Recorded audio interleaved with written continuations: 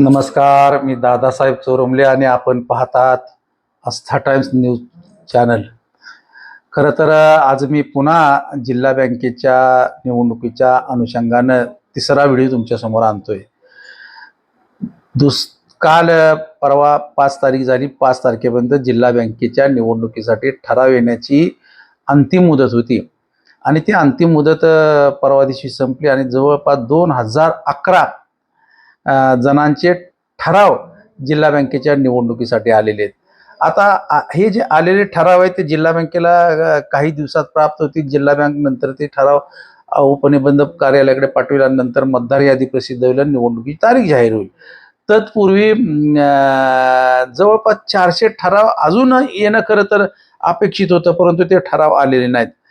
बारकाईने जर बघितलं तर जे 2011 ठराव आलेले आहेत, या ठरावामध्ये भारतीय जनता पक्षाचं वर्चस्व असल्याचं आपल्याला पाहायला मिळतंय.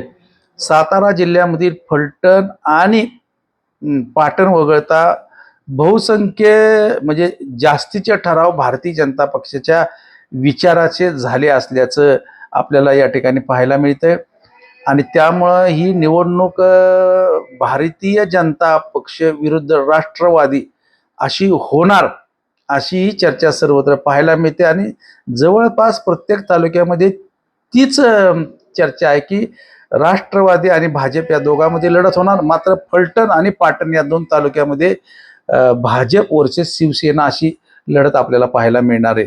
मात्र अजून पुलाखालनं बरंच पाणी जायचंय. अजून कोणाकोणाच्या आघाड्या होणार, या जिल्ह्यामधले ज्येष्ठ नेते कोण कोण या निवडणुकीच्या निमित्तानं एकत्र येणार हे पाहणं खरं तर आवश्यकता ठरणार आहे. मात्र त्याला काही दिवस आता वेळ जावा लागेल आणि सातारा जिल्हा बँकेला खऱ्या अर्थानं निवडणुकीला आता वेग आलाय असं म्हटलं तर चुकीचं ठरणार नाही. आता तुम्हाला माहिती आहे की नव्या सहकार कायद्यातील ज्या काही 10 वर्षाच्या कालावधीची किंवा कार्यकाळाची जी तरतूद आहे, नेमका हा नियम काय आहे तो पण आपल्याला या ठिकाणी जाणून घ्यायचा आहे. कोणत्या दिग्गज नेत्यांना याचा फटका बसणार हे पण आपल्याला या ठिकाणी जाणून घ्यायचं आहे आणि कोणत्या नेत्यांना पुन्हा एकदा निवडणुकीच्या मैदानामध्ये उतरण्याची संधी मिळू शकते हे सुद्धा आपल्याला या व्हिडिओमध्ये पाहायचंय. तर चला आपण आता समजून घेऊया की संपूर्ण राजकीय गणित नेमकं काय, 10 वर्षाचा नियम आणि दिग्गजाच्या समोरचे प्रश्नचिन्ह. आता मी तुम्हाला सांगितलं की नव्या सहकार कायद्यातील तरतुदीनुसार सलग 10 वर्षे किंवा त्यापेक्षा जास्त कार्यकाळ संचालक म्हणून जिल्हा बँकेमध्ये ज्यांनी काम केलेले अशा व्यक्तींच्या अपात्रतेचा प्रश्न आता सध्या खूप मोठ्या प्रमाणावरती चर्चेला आलेला आहे आणि यामुळे सातारा जिल्हा मध्यवर्ती सहकारी बँकेच्या विद्यमान संचालक मंडळातील काही दिग्गज नेत्यांसमोर मोठे आव्हान उभे राहण्याची शक्यता या नियमामुळे आलेली आहे. आता यंदाची DCC बँकेची निवडणूक ही नेहमीसारखी निवडणूक न राहता जुन्या नेतृत्वाला धक्का देणारी आणि नव्या नेतृत्वाला संधी देणारी ही निवडणूक ठरणार आहे का, हे सुद्धा आपल्याला या व्हिडिओच्या माध्यमामधून पाहायचंय.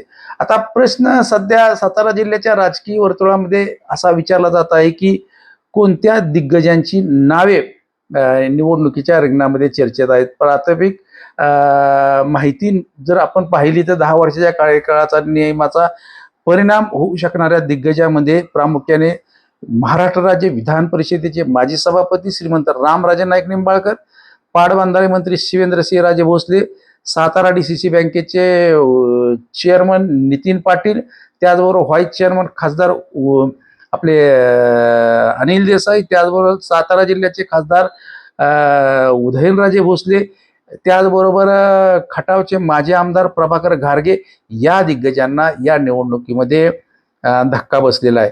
कारण का, यांनी 10 वर्षापेक्षा जास्त जिल्हा मध्यवर्ती बँकेमध्ये काम केलेले, त्यामुळे नव्या नियमानुसार यांना निवडणूक लढवता येणार नाही.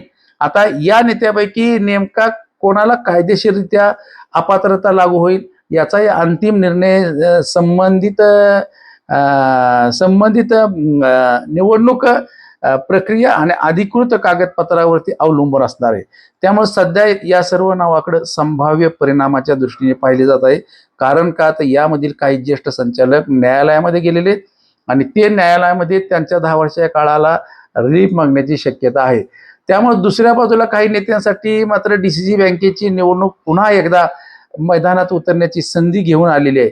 आता कोण या निमित्तानं कोण मैदानात उतरणार तर तुम्हाला माहिती आहे, मदत व पुनर्वसन मंत्री मकरंद पाटील यांना पुन्हा निवडणूक लढवण्याची संधी प्राप्त होणार आहे. त्याचबरोबर माजी सहकार मंत्री बाळासाहेब पाटील, माजी मंत्री शशिकांत शिंदे, ग्रामीण विकास मंत्री जयकुमार गोरे आणि आमदार महेश शिंदे या नवीन नेते मंडळींना जिल्हा बँकेच्या निवडणुकीमध्ये संचालक म्हणून निवडून येण्याची संधी या निमित्ताने मिळालेली आहे. कारण काय यामधील अनेक जणांनी माझ्या माहितीप्रमाणे एकच टर्म पूर्ण केलेली आहे आणि त्यामुळे आणि शंभूराज देसाई तर अद्याप एकदाही या जिल्हा बँकेच्या निवडणुकीमध्ये संचालक म्हणून निवडून आलेले नाही. त्यामुळे त्यांनाही या निमित्तानं मोठी संधी प्राप्त झालेली आहे. एकीकडे दुसऱ्या दिग्गजांच्या पात्रतेचा प्रश्न तर दुसरीकडे नव्या चेहऱ्यासाठी निर्माण होणारी संधी. यामुळे सातारा DCC बँकेच्या निवडणुकीमध्ये राजकीय गणित यंदा पूर्णपणे बदलण्याची शक्यता आहे. 2011 मतदार आहेत आणि या मतदारांनी जो ठराव केलेला आहे याचा नेमका अर्थ काय आहे तर आपल्याला तोही या निमित्ताने आपल्याला या व्हिडिओच्या माध्यमातून जाणून घ्यायचा. आता सर्वात महत्वाचा मुद्दा म्हणजे 2011 जे ठराव झालेले आहेत नेमके यामधून काय संकेत मिळतात. ठरावाची एवढी मोठी संख्या म्हणजे जिल्ह्यातील विविध सहकारी संस्था आणि मतदारसंघामधील निवडणुकीसाठी मोठी राजकीय तयारी सुरू असल्याचे संकेत या ठरावामुळे आपल्याला दिसून येत आहेत आणि त्यामुळे यंदाच्या निवडणुकीमध्ये इच्छुकांची संख्या खूप मोठी असल्याची आपल्याला शक्यता आहे. कारण का सातारा DCC बँकेच्या निवडणुकीमध्ये सहकारी संस्था, स्थानिक नेतृत्व, तालुकास्तरीय राजकीय समीकरण आणि जिल्ह्यातील प्रमुख नेत्यांचा गट या सर्वांचा या निमित्तानं या निवडणुकीच्या माध्यमातून प्रभाव दिसणार आहे. अशा परिस्थितीत जर काही विद्यमान दिग्गज नेते निवडणुकीच्या मैदानावरती जर राहिले तर त्यांच्या जागेवर राहिले नाही तर त्यांच्या जागेवरती कोणाला संधी मिळणार आणि कोणता गट मजबूत होणार आणि कोणत्या नेत्याच्या नेतृत्वाखाली नवीन पॅनल तयार होणार आणि याकडे सुद्धा संपूर्ण सातारा जिल्ह्याचं लक्ष लागलेलं आहे. ही निवडणूक म्हणजे जिल्ह्यातील सत्तेची सेमीफायनल आहे असं म्हटलं तर चुकीचं ठरणार नाही. कारण का तर सातारा जिल्हा मध्यवर्ती सहकारी बँक ही केवळ एक बँक नाही तर ते जिल्ह्याच्या ग्रामीण अर्थव्यवस्थेचा आणि सहकार क्षेत्रामध्ये त्या बँकेला खूप मोठं महत्व आहे आणि बँकेची स्थापना तुम्हाला माहिती आहे की 1949 मध्ये झाली असून ती जिल्ह्यातील सहकार व्यवस्थेमधील अतिशय महत्वाची संस्था म्हणून आजपर्यंत चर्चेला आलेली आहे. त्यामुळे DCC बँकेवरती नियंत्रण म्हणजे सहकार क्षेत्रामध्ये त्या व्यक्तीचा प्रभाव राहतो, स्थानिक संस्थांवरती पकड राहते आणि अनेक ठिकाणी राजकीय वजन असं समीकरण मानलं जातं आणि याच कारणामुळं या निवडणुकीकडे राजकीय पक्ष, स्थानिक नेते गांभीर्याने पाहतात आणि या बँकेवरती वर्चस्व ठेवण्याचा प्रयत्न करत असतात आणि म्हणून ही निवडणूक अतिशय महत्वाची. आता आपल्याला माहिती आहे की भारतीय जनता पक्षाचे आमदार धैर्यशील कदम यांनी जुलै 2026 मध्ये सातारा जिल्हा मध्यवर्ती सहकारी बँकेची निवडणूक ताकदीने लढवण्याची घोषणा केली होती. कारण का ते जिल्ह्याचे अध्यक्ष आहेत आणि त्यांनी सांगितलं तर आम्ही भारतीय जनता पक्षाच्या माध्यमातून ही निवडणूक पूर्णपणे ताकदीने लढवणार आहे. त्यामुळे निवडणुकीच्या पार्श्वभूमीवरती राजकीय हालचालींना आणखी वेग आल्याचं या निमित्तानं दिसून येते.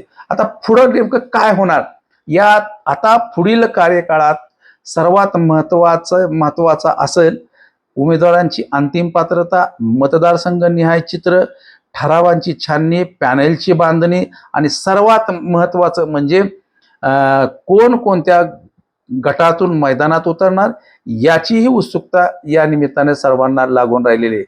जर 10 वर्षाच्या नियमामुळे काही विद्यमान दिग्गजांना निवडणुकीच्या रिंगणात उतरता आलं नाही तर त्यांच्या जागी राजकीय वारसांना, समर्थकांना किंवा यापैकी नवीन चेहऱ्यांना संधी मिळू शकते. यापैकी जर काही नावांचा आपण जर विचार केला तर फलटणमधून श्रीमंत रामराजे नाईक निंबाळकर यांच्या जागी श्रीमंत संजीवराजे नाईक निंबाळकर हे निवडणूक लढवणार असल्याची माहिती आपल्यापर्यंत येते. त्याचबरोबर आता प्रत्येक तालुक्यामध्ये जे जुने जाणते संचालक आहेत, उदाहरणार्थ उदयनराजे भोसले किंवा श्रीमंत शिवेंद्रसिंह राजे भोसले, हे त्यांचे वारसदार जिल्हा बँकेमध्ये कोण पाठवणार हे अद्याप तरी आपल्यापर्यंत अधिकृत माहिती प्राप्त झालेली नसल्यामुळे त्याच्यावरती चर्चा करणं या ठिकाणी उचित ठरणार नाही. मात्र अजून एक गोष्ट आपल्याला या निमित्तानं पाहायची, ती म्हणजे कोणत्या तालुक्यामधून किती ठराव आले.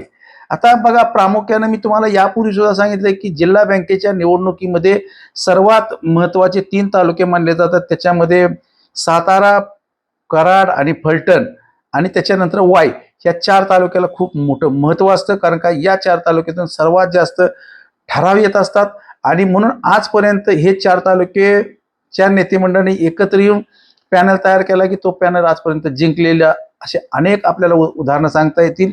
मी तुम्हाला सांगितलं की ही जिल्हा बँक ही अतिशय महत्वाची जिल्हा बँक आहे आणि या जिल्हा बँकेवरती कसल्याही परिस्थितीमध्ये सत्ता मिळवण्यासाठी येन केन प्रकारे सर्व नेते मंडळीचे प्रयत्न होणार आहेत आणि प्रत्येक जण या निवडणुकीच्या माध्यमातून आपलं कस पणाला लावणार आहे. तुम्हाला माहिती आहे की यापूर्वी या बँकेवरती श्रीमंत रामराजे साहेबांच्या नेतृत्वाखाली जवळपास 20 वर्षे सत्ता होती. त्याच्या अगोदर विलासराव पाटील उंडाळकर यांच्या नेतृत्वाखाली जवळपास 20-25 वर्षी सत्ता होती. ही जिल्हा बँक नावारूपाला आलेली जिल्हा बँक आहे आणि म्हणून या निवडणुकीला खूप महत्व आहे आणि त्यामध्ये कोणत्या तालुक्यातून किती ठराव आले हे सुद्धा या ठिकाणी मी तुमच्यासमोर सांगणार आहे. जवळपास माझ्या माहितीप्रमाणे सातारा तालुक्यामधून 418 ठराव आल्याचं आपल्याला या ठिकाणी आढळून आलेले आहे. त्याचबरोबर कराडमधून 276, फलटण तालुक्यामधून 245, पाटण तालुक्यातून 160, खटाव तालुक्यातून 148, वाई तालुक्यातून 136, कोरेगावमधून 121, मान तालुक्यामधून तब्बल 118 ठराव आहेत, खंडाळ्यातून 85 ठराव आहेत, जावळीमधून 66 ठराव आहेत आणि महाबळेश्वर तालुक्यातून 47 ठराव आलेत आणि दूध संस्थांचे जवळपास 161 ठराव आलेले आहेत. आता खरेदी विक्री संघ मतदारसंघातून केवळ 11 ठराव आहेत, तर कृषी प्रक्रिया सहकारी संस्था मतदारसंघातून केवळ 30 ठराव आलेत. म्हणजे 100% ठराव त्या दोन्ही मतदारसंघातून प्राप्त झाल्याचं आपल्याला पाहायला मिळालेले. आता जवळपास मी तुम्हाला सांगितलं की 2011 ठराव आणि यामध्ये हे 4 तालुके जर आपण बारकाईने बघितलं तर सातारा, कराड, फलटण आणि वाई. आता वाई तालुक्यामध्ये तुम्हाला माहिती आहे वाई विधानसभेचा मतदारसंघ येतो. याच्यामध्ये खंडाळा, महाबळेश्वर, पाचगणी हे 3 तालुके येतात. त्यामुळे जवळपास या ठिकाणं जवळपास 250 ठराव आहेत या 3 तालुक्यातून आणि ते मकरंद आबा यांनी ते ठराव करण्यामध्ये खूप मोठी बाजी मारलेली आहे. फलटण तालुक्यामध्ये सुद्धा श्रीमंत रामराजे, श्रीमंत संजीवराजे यांनी या निवडणुकीच्या निमित्तानं ठराव करून घेण्यासाठी खूप मोठी ताकद पणाला लावली होती. माजी खासदार रणजितसिंह नाईक निंबाळकर यांनी सुद्धा मोठी ताकद लावली होती आणि मग आता त्यामुळं या निवडणुकीला खऱ्या अर्थाने महत्व प्राप्त झालेले. तर आपल्याला या निमित्तानं पाहता येईल की सातारा जिल्ह्याच्या सहकार क्षेत्रावरती आता नवीन नेतृत्वाची पिढी उदयाला येते. याच्यामध्ये आता शेवटचा आपल्याला या व्हिडिओच्या शेवटाकडे जाताना आपल्याला एवढंच म्हणावं लागेल की 2011 ठराव, 10 वर्षाचा नियम, दिग्गज नेत्यांच्या पात्रतेवर निर्माण झालेला प्रश्नचिन्ह आणि दुसरीकडं नव्या नेतृत्वांना चेहऱ्यांना खुलं होणारं मैदान. त्यामुळे DCC बँकेची निवडणूक यंदा खरोखरच राजकीय उलथापालथ ठरवणार का, की जुने नेते वेगळ्या रणनीतीने पुन्हा सहकाराच्या सत्तेवरती आपली पकड मजबूत ठेवणार, याचं उत्तर आगामी निवडणूक प्रक्रिया स्पष्ट करणार आहे.